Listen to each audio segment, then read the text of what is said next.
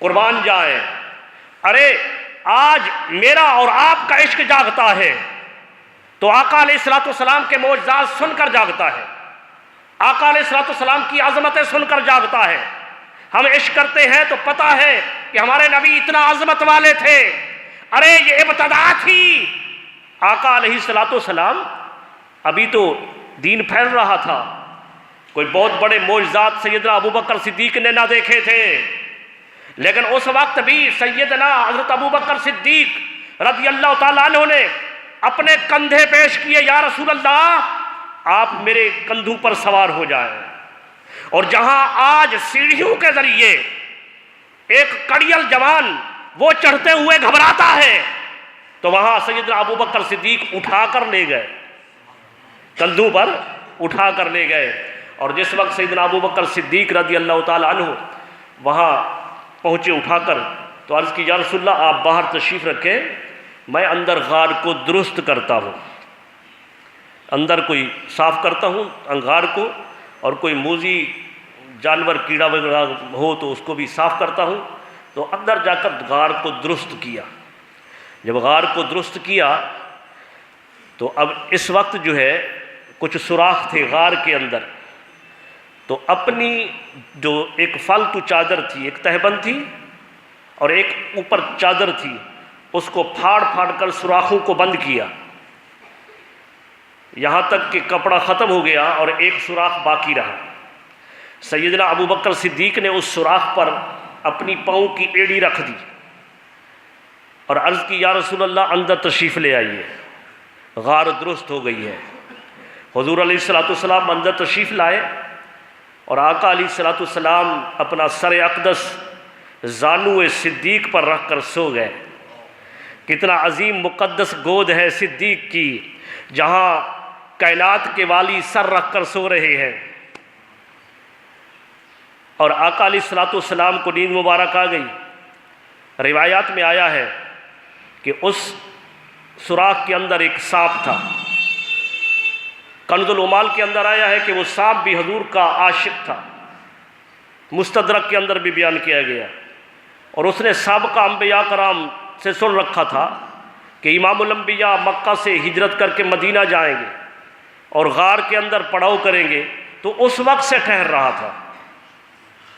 اور اس غار کے اندر جب وہ آیا تو آگے ایڑی ابوبکر تھی، ابوبکر صدیق کی ایڑی تھی، تو آڑ بن گئی نا، وہ دیدار نہیں کر سکتا تھا، تو اس سانپ نے ڈسا۔ میرا وجدان کہتا ہے کہ سانپ اگر عاشق تھا تو اس نے کچھ تو کہا ہوگا، وہ اس نے ایسے ہی نہیں ڈس دیا ہوگا۔ حدیث میں نہیں ہے، یہ وجدان کی بات کر رہا ہوں۔ میرا وجدان کہتا ہے کہ سانپ نے کہا ہوگا ابو بکر میں بھی دیدار کرنا چاہتا ہوں، ایڑی ہٹا لو، اس لیے کہ میرے منہ کے اندر زہر ہے، ایڑی ہٹاؤ، میرے منہ کے اندر زہر ہے۔ اور عشق صدیق نے جواب دیا ہوگا اگر تیرے منہ کے اندر زہر ہے تو تریاق تو میری گود کے اندر ہے۔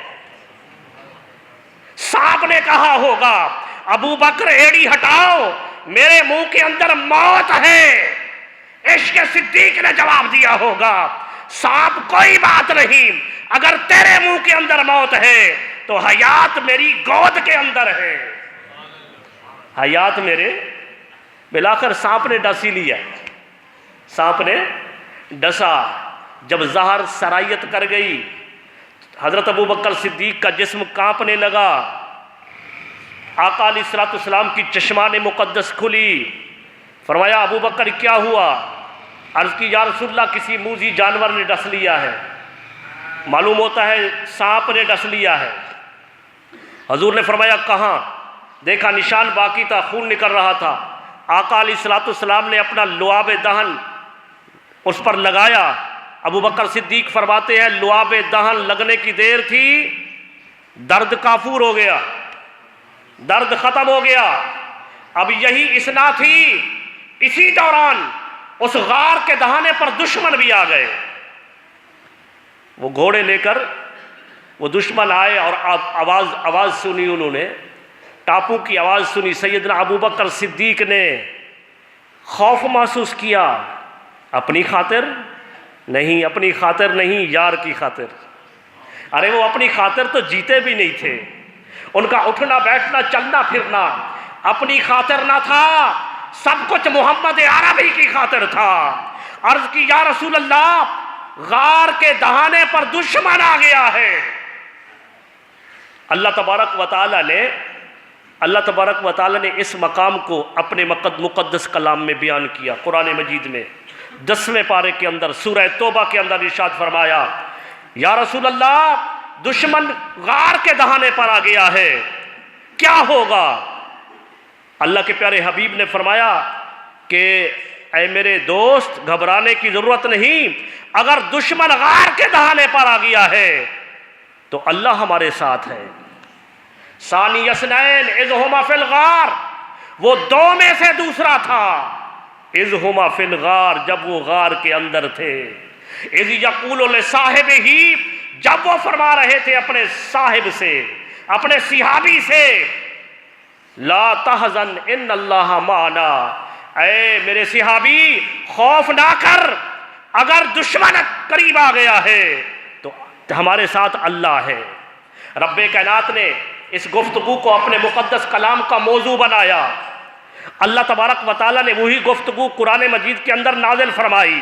ثانی اثنین اذ ہما فی الغار کے اندر عظمت ابو بکر کو بیان کیا۔ فرما سکتے تھے میرے حبیب کے ساتھ ابو بکر تھا، صدیق تھا، نام نہیں لیا، پر بلکہ فرمایا ثانی اثنین، وہ دو میں سے دوسرا تھا۔ اگر میرے حبیب کی جہت سے دیکھو تو محمد رسول اللہ کے ساتھ ابو بکر تھا، اگر ابو بکر کی جہت سے دیکھو تو ابو بکر کے ساتھ میرا رسول تھا۔ نام نہیں لیا بلکہ اس انداز میں بیان کیا، ثانی اثنین، وہ دو میں سے دوسرا تھا۔ اذ ہما فی الغار، جب وہ غار کے اندر تھے۔ اذ یقول لصاحبہ، جب وہ اپنے صحابی سے کہہ رہے تھے۔ ارے اللہ تبارک و تعالیٰ کے پیارے حبیب کے صحابہ کی تعداد 1,00,000 یا جو 2,00,000 جو جتنا بھی ہے، وہ سارے کی صحابیت سنت سے ثابت ہے۔ قرآن مجید میں صحابہ کی صحابیت ثابت نہیں ہے، سنت سے ثابت ہے۔ حضور صلی اللہ علیہ وسلم نے فرمایا یہ میرے صحابی ہیں۔ تو اگر کسی صحابی کا کوئی انکار کرتا ہے، سنت سے ثابت ہے صحابہ کی صحابیت، کسی صحابی کی صحابیت کا کوئی انکار کرتا ہے تو کافر نہیں ہوتا، کیا ہو جاتا ہے؟ گمراہ ہو جاتا ہے، اہل سنت نہیں رہتا، گمراہ ہو جاتا ہے۔ اگر کسی صحابی کی صحابیت کا کوئی انکار کرتا ہے، لیکن قربان جائیں ابو بکر صدیق کی عظمت پر، میرے ماں باپ قربان سیدنا ابو بکر صدیق کی عظمت پر، کہ حضرت ابو بکر صدیق کو رب کائنات نے وہ عظمت عطا کی کہ باقی سارے صحابہ کی صحابیت سنت سے ثابت، ابو بکر صدیق کی صحابیت قرآن سے ثابت۔ اور آپ کو پتہ ہے قرآن کا انکار کیا ہے؟ نص قطعی میں بات آ جائے، اللہ تبارک و تعالیٰ کے قرآن میں بات آ جائے، انکار کر دے کوئی قرآن کا انکار کرے، قرآن کی سورت کا انکار کرے، قرآن کی آیت کا انکار کرے، ارے قرآن کے کسی لفظ اور حرف کا انکار کرے، ایک قرآن کے حرف کا انکار بھی کفر ہے۔